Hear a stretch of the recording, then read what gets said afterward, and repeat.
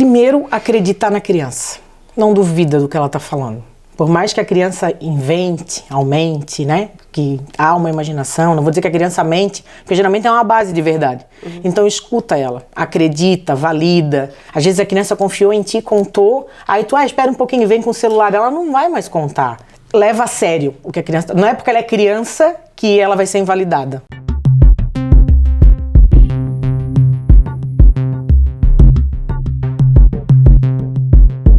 Graziela, obrigada pela entrevista. O que mudou no trabalho desenvolvido pelo Conselho Tutelar a partir do atentado na creche de Blumenau? A gente ficou mais atento a algumas situações, por exemplo, da fake news, né? É um ruído de comunicação que está trazendo um prejuízo tão grande quanto o atentado em si, vou dizer assim, porque fica se alertando, criando todo um pânico e, na verdade, não é. Né? Então a criança fica estressada, fica ansiosa, os pais ficam ansiosos, as crianças acabam não indo para a aula, e aí esse ruído de comunicação, esse espalhar essa fake news, aí quando é uma notícia verdadeira tu já não dá mais aquela credibilidade, porque foi feito um alerta com uma coisa que era mentira. Então esses detalhes assim a gente começou a pontuar mais, a falar sobre isso, né, que até então não se levantava essa ideia. E aí essa articulação com a rede, muito, né, com a questão da segurança pública. Então o Conselho ele está em todos os movimentos, tanto na questão até do próprio adolescente, eventualmente, que é um violador, né? O que aconteceu que esse adolescente chegou nesse ponto de violência. Então a gente trabalha em todas as linhas, né? Então a questão da proteção dos que estão ali, a questão de repente de analisar o que aconteceu desse que é um violador, trabalhar com a segurança pública, direto com a polícia militar, com a guarda armada, aí vai na Secretaria de Educação, vai na saúde. Então a gente está em vários meios assim, né? E o que pode ser feito para conter então essa avalanche de fake news que acaba, como tu comentou, causando, né, um pânico generalizado? Eu acho que o principal é checar a fonte. Né? É saber que se tu vem no Diarinho, é um jornal que não vai anunciar sem ter checado a fonte. Às vezes a pessoa recebe pelo WhatsApp, não sabe de quem nem de onde veio e espalha aquilo ali. Às vezes até cria a própria fake news. A gente recebeu denúncia da pessoa na frente de uma escola filmando uma situação aleatória e dizendo que tá tendo um atentado aqui nessa escola. Então assim, punir também essas pessoas, né? A gente faz a denúncia, a gente leva para o Ministério Público, a gente, né, leva para onde tem que levar, porque realmente como eu te falei, é tão ruim quanto o próprio atentado, né? Ele causa um desgaste muito grande para todos. E justamente as punições é o que a gente vai falar agora.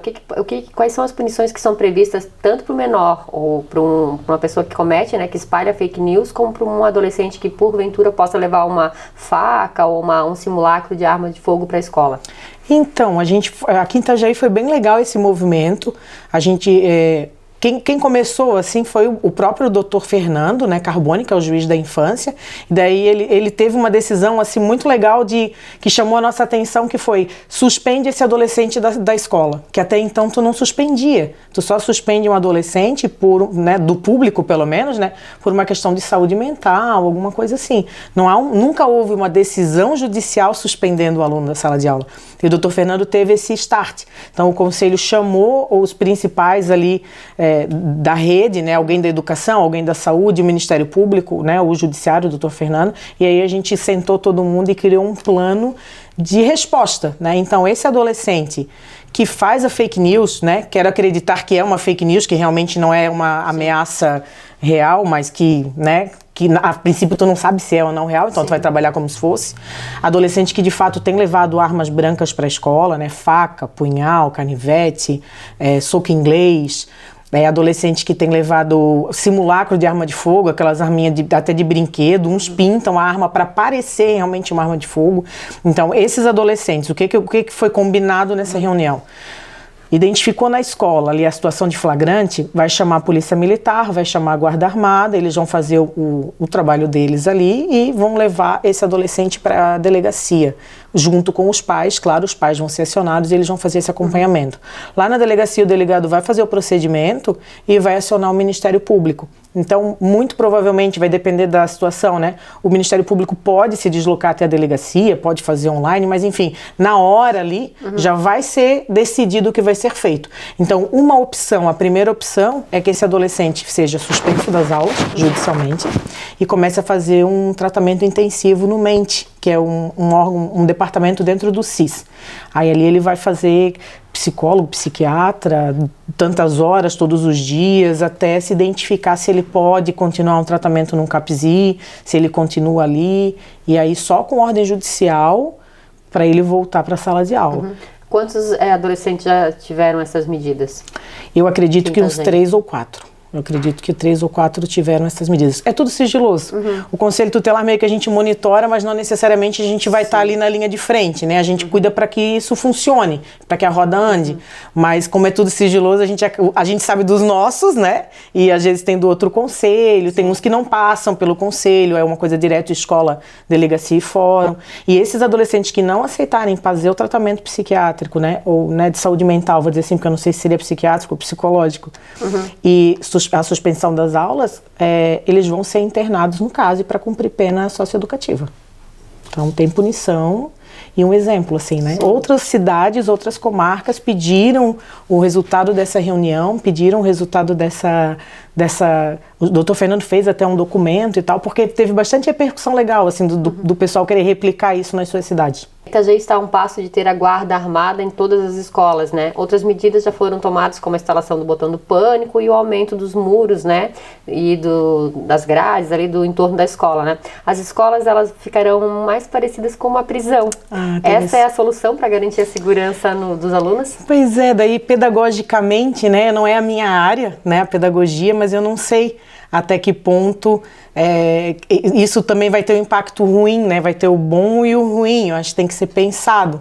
Eu acho que o principal é tu trabalhar a cabeça desses adolescentes e dessas crianças. Tem que ser feito um trabalho de base, assim, sabe? A questão do bullying é uma coisa que que desencadeia isso, a gente já sabe, né? Então, assim, trabalhar mais isso, talvez. Eu acho que essa prevenção dentro da própria escola, eu acho que é o caminho, mais do que tu levantar um muro. A Guarda Armada, ela já fez todo o mapeamento das escolas municipais e creches e CIs e a Polícia Militar das estaduais. Eles já mapearam, a PM ainda estava fazendo, a Guarda Armada já tinha feito, e aí eles estavam então apontando pontos fracos, né? Sim, aonde que tem que levar. Isso. Então isso já estava bem articulado, né? Mas enquanto profissionais da segurança pública, se foi o que acharam necessário, eu só não sei no lado da pedagogia se... O reflexo. A gente via esses atentados acontecerem há mais tempo, né? Teve Columbine completando, né, 24 anos na semana passada, né? E agora esses atentados começaram a acontecer no Brasil também. Por que tu achas que isso veio para cá também? Então, do que a gente teve de estudo, de reunião com o pessoal da rede, como eu te falo, tu precisa de um grupo de profissionais para te analisar, né?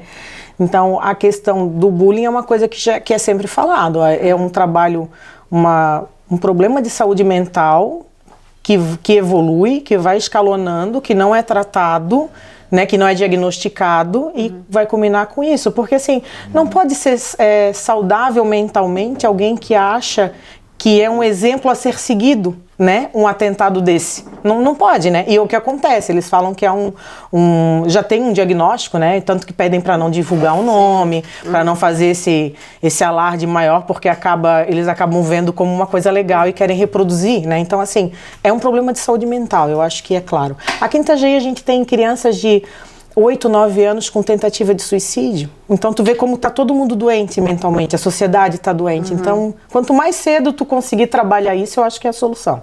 A gente tem visto, ultimamente, nesses casos, depois do atentado, que são ouvidos muitos especialistas da área da segurança. Tu mesmo comentou agora, né? Mas a gente vê pouco ouvir profissionais, né, como professores, alunos e especialistas em educação. Não teria que estar mais mesclado esse grupo para não ter um reflexo pior depois? Tá tendo esse movimento. É que, sim, foi tudo muito de repente, né? Sim. E daí a gente meio, quando começa com o negócio já no alto, né? Eu acho que fica um pouco conturbado, sim. Mas a gente já teve 2 reuniões onde estavam todos. Educação, principalmente, um de cada setor, do infantil, do integral, e o pessoal da polícia, o pessoal da Guarda Armada, e daí teve essa discussão, sabe? De fazer isso, de fazer aquilo. Algumas escolas por si só começaram um movimento de querer uma rota de fuga, sabe? Então, assim, isso foi discutido, se faz isso, não se faz, o que se faz, né? Quem que orienta exatamente? Então, esse movimento agora está se assentando, eu acho que a gente vai caminhar melhor daqui para frente. Os casos de abuso e violência contra a criança em Itajaí, eles têm aumentado, diminuído? Como é que está a estatística da nossa cidade? Tem aumentado as denúncias. Então, a gente começou num pós-pandemia ali bem, né, reduzido, e hoje só o meu conselho está atendendo uma faixa de 400 casos por mês. É muito caso. A gente não dá conta, assim, né? Realmente a gente está sempre correndo atrás de tentar atender toda a demanda e nunca vence. Mas me deixa feliz o fato de que as denúncias aumentaram. Então, não sei te dizer se os casos aumentaram, mas, de fato, as denúncias, as próprias crianças têm denunciado. Os próprios adolescentes buscam o conselho tutelar, né, relatando que são vítimas de violência sexual, de violência física, psicológica. Então, eu vejo esse lado bom, assim, né? Não que a violência aumente, mas que as denúncias estão aumentando com certeza. E a gente não tem um número de dos 400, quantos de fato se confirmaram como violência e são atendidos? Há uma investigação? A gente tem, eu vou te dizer que a grande maioria, assim, quase todos, pouquíssimos não são. Pouquíssimos, e a exceção, daí tu vai pontuar, sei lá, 5 desses 400 não era. É que às vezes falta uma informação. Itajaí a gente observa, o público que a gente atende é um público vulnerável socialmente, é um fato, esse é o público do Conselho Tutelar. A violência entre muros não chega no conselho, né? Então, quando o teu vizinho está na tua porta é mais fácil, né? De ver que a criança está apanhando e tal. Então, quando a gente vê, a pessoa vem de fora, por exemplo, o que eu observei na prática? O pessoal do norte, ele tem um hábito, uma cultura das meninas casarem muito cedo. Elas realmente casam, elas moram juntas, elas constituem família com 13 anos. Já com filho. E aí, para nós aqui até, nossa, que nova, mas para eles é bem cultural isso. E aí tu tem que explicar para essa pessoa que manter relação sexual com um menor de 14 anos é um crime de estupro. Ela nem entende do que tu tá falando. Ela pergunta assim, tá, mas isso é lei só aqui? Tipo, não, é no Brasil inteiro, desde 1940. Mas lá havia uma outra forma cultural em que isso passava. Então, a gente vê que, às vezes, a pessoa comete um crime, viola um direito de uma criança, sem nem saber que está violando esse direito. A questão de não ir para a escola. Ah, ele não quer ir, ele não vai. É abandono intelectual, a gente representa, vai para frente, vai ter pena. Você preso não vai, mas vai ser condenado, vai pagar sacolão, vai pagar prestação pecuniária, vai ficar com antecedentes criminais. A pessoa não sabe.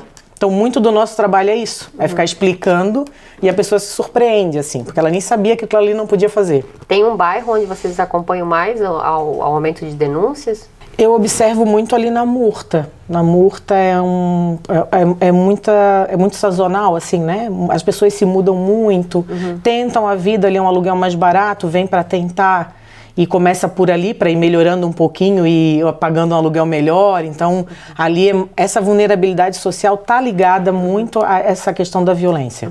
A gente vê que os casos de violência acontecem ou por vulnerabilidade social, ou geralmente acontece dentro de casa, né, com o pai, com o padrasto, com um parente, né?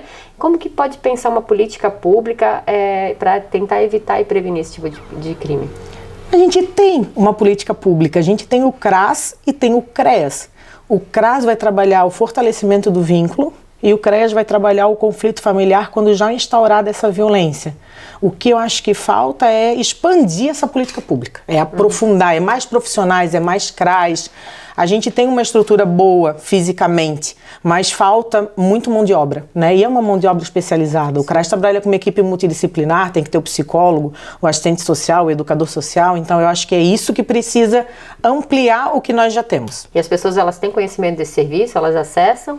Acessam, mas eu ainda, assim, as pessoas têm que ter um pouco de empatia e se colocar no lugar do outro, na questão da acessibilidade. Eu sempre falo isso. Itajaí é enorme. Ela é plana, mas ela é enorme. Então, o CRAS que atende o Santa Regina fica no bairro São João. Como que tu vai vir do Santa Regina? Se for para ir de carro, eu não quero. Entendeu? Eu já tenho preguiça, porque é longe, porque vai demorar. Tu imagina que eles vêm a pé. Eles vêm andando, empurrando um carrinho de bebê com outra criança no colo, para ir lá no CRAS pedir um sacolão, entende? Para acessar esse serviço. Então, eu acho que a questão territorial é que dificulta esse acesso. Eles até sabem que tem, porque alguém acaba falando, Bolsa Brasil, aonde que eu vou, mas eles não conseguem chegar lá. Então tem que levar esse serviço para próximo deles. Eu acho que sim, eu acho que esse é o ideal. A questão da linha de ônibus também, que nunca funciona, nunca passa, é caro para eles, eles não vão ter R$5 para pagar o ônibus, pode ter certeza. A gente atende pessoas que vêm de Santa Regina lá no Conselho, que é ali no Dílio Garcia, no Cordeiros, andando. Então assim, não estou dando um exemplo aleatório, estou dando um exemplo que eu vejo que eles vêm andando, que eu fico com pena e dou dinheiro para pegar o ônibus, porque eu vou mandar a pessoa de volta andando. Sabe? Então eu acho que existe a política pública, tem que investir na qualidade dessa política pública. E quem sabe até melhorar o sistema, né? Ter uma logística de quem sabe dar um cartão de ônibus durante o atendimento. Uma van que passe pegando um ônibus, não sei, fazer mais, tipo aqueles eventos do dia D, sabe? Sim. No bairro, no polo, alguma coisa assim, eu acho que isso que seria a solução, assim. Falou do bairro da Murta, a gente teve um caso emblemático do bairro da Murta recentemente, que foi uma criança de 11 anos que ficou grávida, né? E essa criança já se identificou de quem é o pai da criança? Houve realmente um abuso ou foi realmente aquela história que ela tinha um namorado e ela ficou grávida do namorado? Eu não sei te dizer porque a gente acompanhou até um ponto em que a Polícia Civil assumiu as investigações, né? O Conselho ele não trabalha com investigação.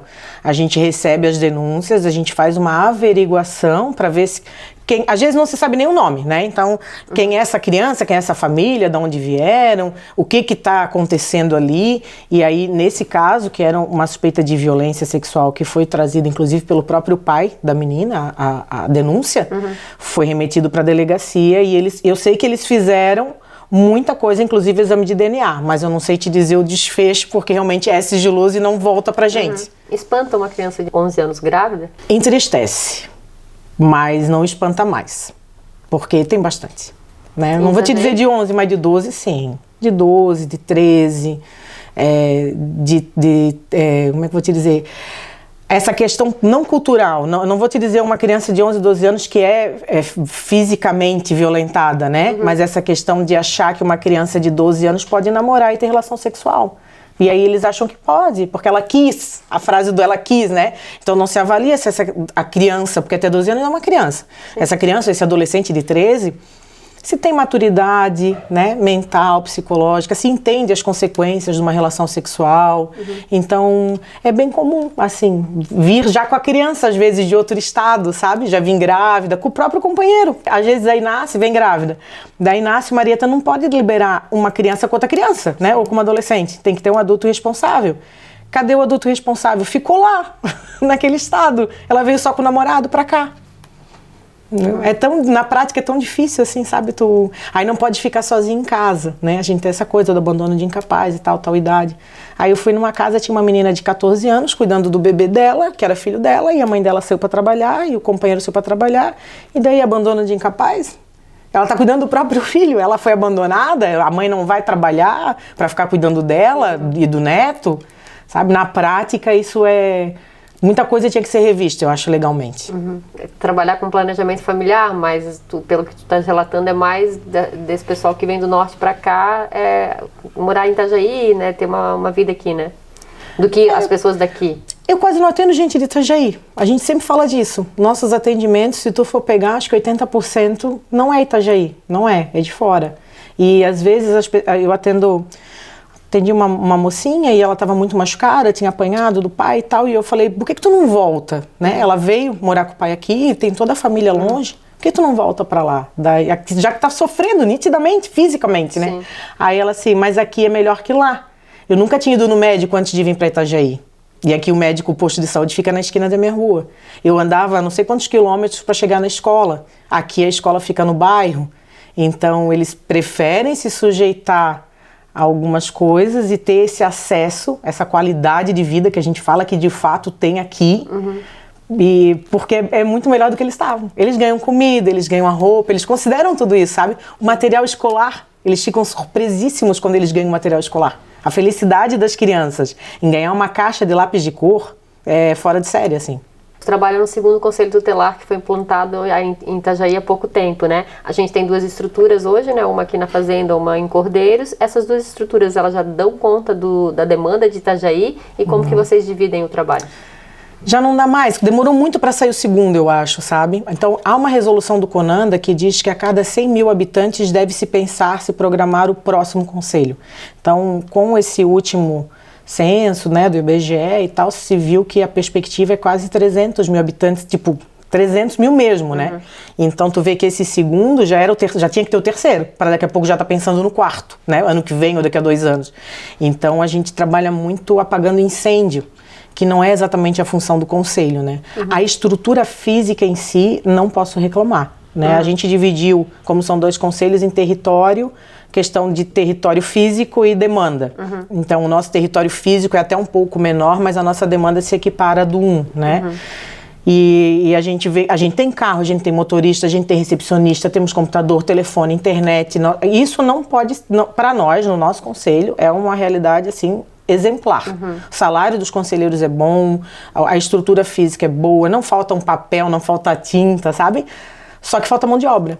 Então, a gente precisava de um administrativo, de mais estagiário. É isso, essa questão da mão de obra que realmente a gente sente falta. Talvez, como não tem um terceiro nem um quarto conselho, mais funcionários para ajudar mais, para assessorar mais os conselheiros. Se tivesse terceiro, ele ficaria onde? A gente acredita que mais no interior, para lá da BR. Eu acho que esse seria o ideal, em algum lugar para lá da BR. Porque tu vê que nós estamos em Cordeiros, é muito próximo da BR, mas depois das 5 da tarde a gente não consegue mais chegar no Santa Regina. Depois das 5 Meu Deus, tu leva 1 hora, se for urgente mesmo, nós não conseguimos mandar a polícia, um helicóptero, alguma coisa que o conselho não vai chegar, porque a gente não é um carro de urgência, a gente não tem uma sirene, né? Então a gente vai seguir o fluxo normal e vai demorar a vida inteira. Então eu acho que era muito importante ter um conselho para lá da BR. Grazi, você é autora do livro Salvando a Chapeuzinho Vermelho, com coautoria de uma escritora espanhola, podemos dizer assim? Sim, a Claudine. A Claudine, né? Ele foi feito com relatos de crianças que foram abusadas. Como você teve a ideia do livro e ele é direcionado para qual faixa etária? Então, o livro veio justo dessa demanda do conselho, dessas crianças que eu atendo. Ano passado, a gente atendeu 98 crianças e adolescentes vítimas de violência sexual só no meu conselho. Umas 30 crianças tinham menos de 6 anos de idade. E as histórias se repetem. Então, em algum momento, eu não sei porque, eu comecei a coletar essas frases das crianças, assim, e aquilo ali foi me corroendo, sabe? A Claudine Bernardes, ela é de Itajaí, ela mora na Espanha há 15, 20 anos, e ela é uma autora de livros infantis. Então, eu chamei a Claudine e falei, não dá pra gente escrever um livro infantil? Não tem no Brasil, se tu procurar, tu não acha. Tem 1 ou 2 obras, só que eu queria algo que não falasse de sexo. Eu queria algo que não falasse de órgão sexual, porque daí eu não tenho limitação de idade. Eu não queria chocar uma criança, eu queria ajudar a criança. E aí a Claudine conseguiu criar esse enredo do Salvando a Chapeuzinho Vermelho. As frases do livro são todas frases ditas por crianças que eu atendi no Conselho Tutelar. Então a criança que é vítima de violência, não só sexual, no fim, na prática, qualquer maus tratos, ela se identifica com a personagem. E aí a ideia de que ela peça ajuda. Muitas vezes, mais da metade das vezes, na grande maioria, a criança já contou. E ela foi silenciada. Isso é o que mais me magoava. Como que a criança contou e ninguém fez nada? Como que a criança contou e o adulto diz que tinha medo do violador? Imagina essa criança, né? Que medo que ela não tem. Então, esse silêncio era o que mais me doía. E aí, quando eu conto pra alguém, a pessoa diz, mas é um absurdo. Eu falei, tá, então tem gente que quer ajudar, tem gente que precisa de ajuda, e então vamos ligar essas pessoas. E aí o livro foi nessa ideia, de ser um material que um adulto vai usar. Não tem problema se a criança abrir o livro. Meu filho mexe o tempo inteiro, não tem nada aqui. Ele vai ver a história da Chapeuzinho, ele imita o lobo malvado. Então, mas o adulto que souber manusear o livro, ele vai conseguir identificar uma criança que é vítima de violência sexual ou outro tipo de violência, e se não for, graças a Deus, vítima, ele consegue reafirmar com ela o adulto referência. E aí esse adulto referência, esse adulto confiança, que vai ser o salvador aí, que é onde essa criança vai pedir ajuda caso ela precise. E tu já identificou pessoas, já encontrou pessoas que leram o livro, se identificaram e fizeram a denúncia a partir dele? Ainda não, porque o livro chegou faz pouco tempo. O livro nem chegou ainda. Chegou dois testes que eu já uso para tudo quanto é lugar que eu vou.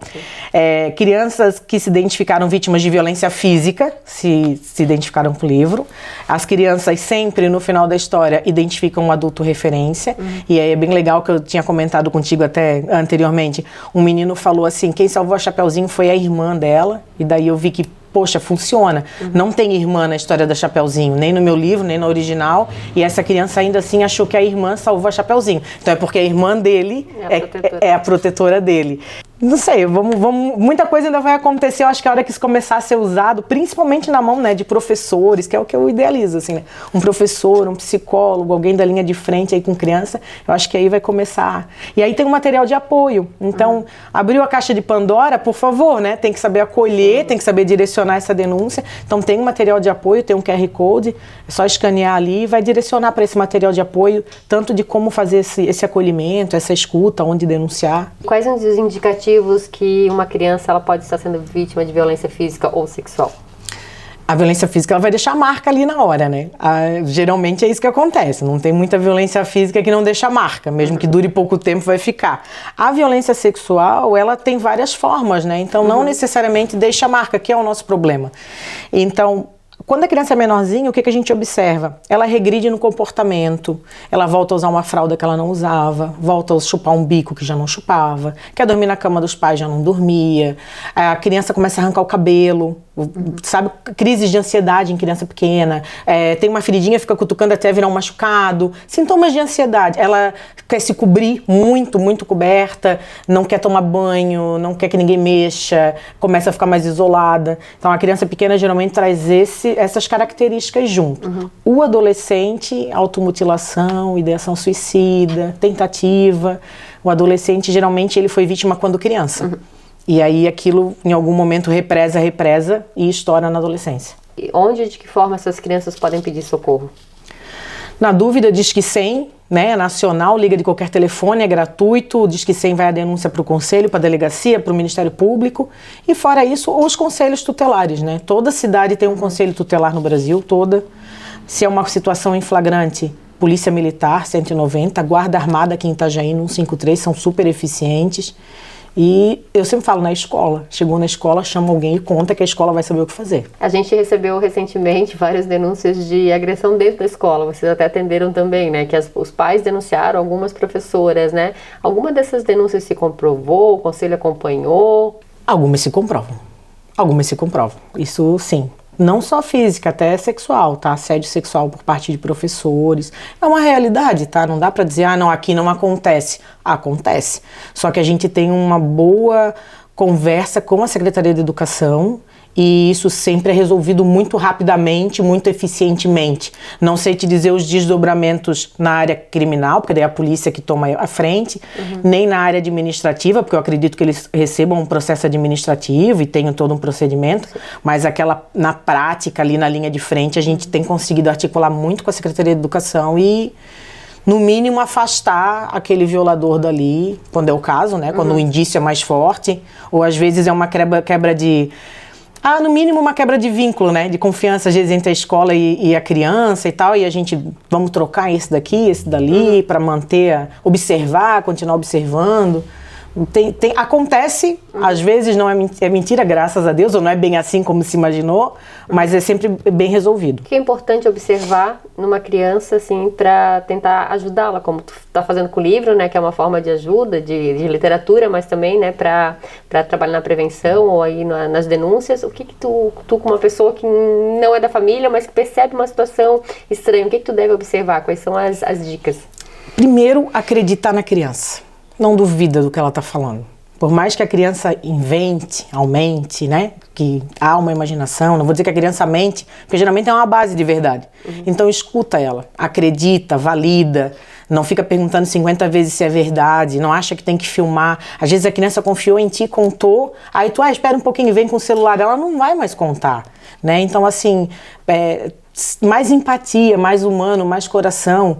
É um choque. Eu recebo direto, eu vou nas escolas da palestra, termina a palestra, tem um na porta me esperando.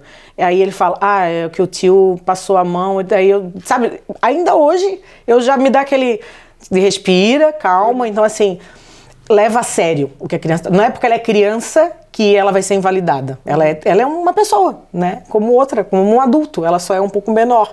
Então tem essa empatia, assim, acolha como um adulto te contando a história. Não duvide. E a maioria das vítimas ainda são mulheres? São meninas? São, a maioria é menina, mas com meninos também acontece sim, mas geralmente o que eu percebo, os meninos, crianças daí, quando já é mais mocinha, assim, 12, 13 anos, geralmente meninas.